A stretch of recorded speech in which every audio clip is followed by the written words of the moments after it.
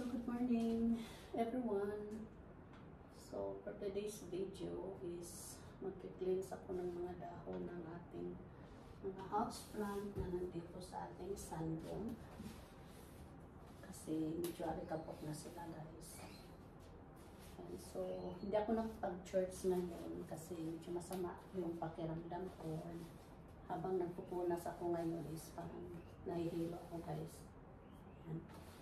So, ganito yung pakiramdam ko after ko pong mag-take ng aking medication. So, ganyan yung aking pakiramdam. So, tapos ko na nalinis itong ating philodendron na emerald green. Yan.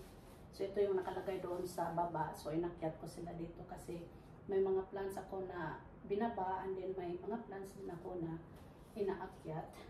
So, hindi ko na film yung, hindi ko pa siya nalinis kasi iba yung looks niya ngayon. Maganda siya ngayon, shiny. And hindi na siya dry tingnan yung dahon. Kasi kanina alikabok siya mga kabayan. Parang nag-white po yung color. So, ngayon mapapansin nyo ay ano na siya, shiny yung kanyang leaves at malinis na. Then next kong lilinisin ay itong ating orbifolia. So, ilalagay ko muna siya dito sa kanyang pinalagay. Ayan. So, medyo mainit yung panahon ngayon mga kabayan. No? So, ayok munang bumaba doon sa ating garden sa baba. So, dito muna kayo sa taas. So, this one, yung ating orbifolia doon din dito sa baba. And then, yeah, dinala ko dito. Kasi, sayang kapag hindi ko siya naalagaan. Hindi ko na siya naasikaso mga kabayan. Kaya dinala ko siya dito. So ganyan po yung ginagawa ko. So yung laman po nito ay something yung oil siya na pang rin siya, pang pest control oil. So hinaluan ko lang siya ng ng tubig. Yan. So ito din yung ginagamit ko every morning na nagme-mess ako dito sa kanila guys kasi sobrang mainit po ang panahon. So, yan po yung ginagawa ko. Isprayan ko muna yung mga leaves. And then, pupunasan natin siya ng this one. No, okay lang naman na gagamitin nyo po yung pamunas nyo from one plant to another. As long as wala pong mga mealybugs, walang mga spider mites, walang mga yung mga ganun. So, pwede siyang i-gamitin din sa next plant kasi hindi naman yan siya, hindi siya lilipat if ever mayroon siyang yung mga mealybugs guys. But if ever mayroong mga mealybugs, mga spider mites sa isang plant o doon sa naunang plants na pinunasan nyo, ay wag nyo na pong gamitin. Kukuha kayo ng iba or i-wash out nyo po yung yung pamunas nyo para hindi po lilipat yung mga small insects sa next plant na pupunasan nyo guys. Ayan. So, masama talaga yung pakiramdam natin yun. Ayan. So, medyo haggard po yung aking looks. Haggard, wala naman akong ginagawa. Ayan. So, ganyan lang po yung aking pamamaraan guys. Kapag medyo mainit pa doon sa baba, dito ako sa aking mga halaman sa taas.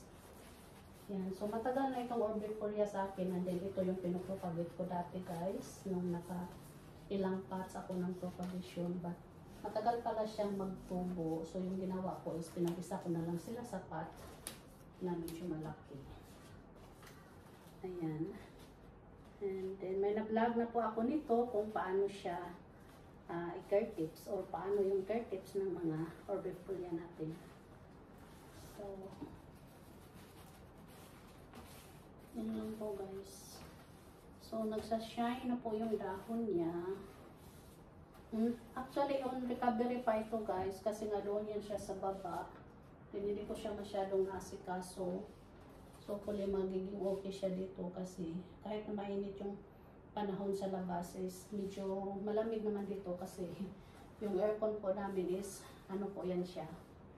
Kumbaga lagi siyang naka-andar sa araw kasi yun nga mainit. So at least mainit yung window, mayroon din konting lamig. So yan po yung aking gagawin today. Hindi ko na ma-film lahat guys. Kasi pupunta ako doon sa ating mga tawag dyan sa ating monstera. Ayan. So, na-sprayan ko na sila kanina para medyo mag-soak po yung mga dust. So, napapansin nyo, ayan, may mga pa yan siya, spray. So, sprayan ko na naman again. Pag mga ganyan kasi, yung ating mga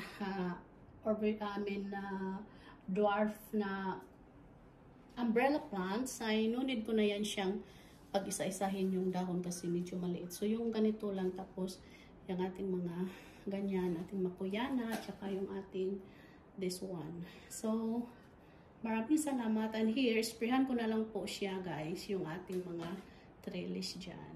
So, thank you!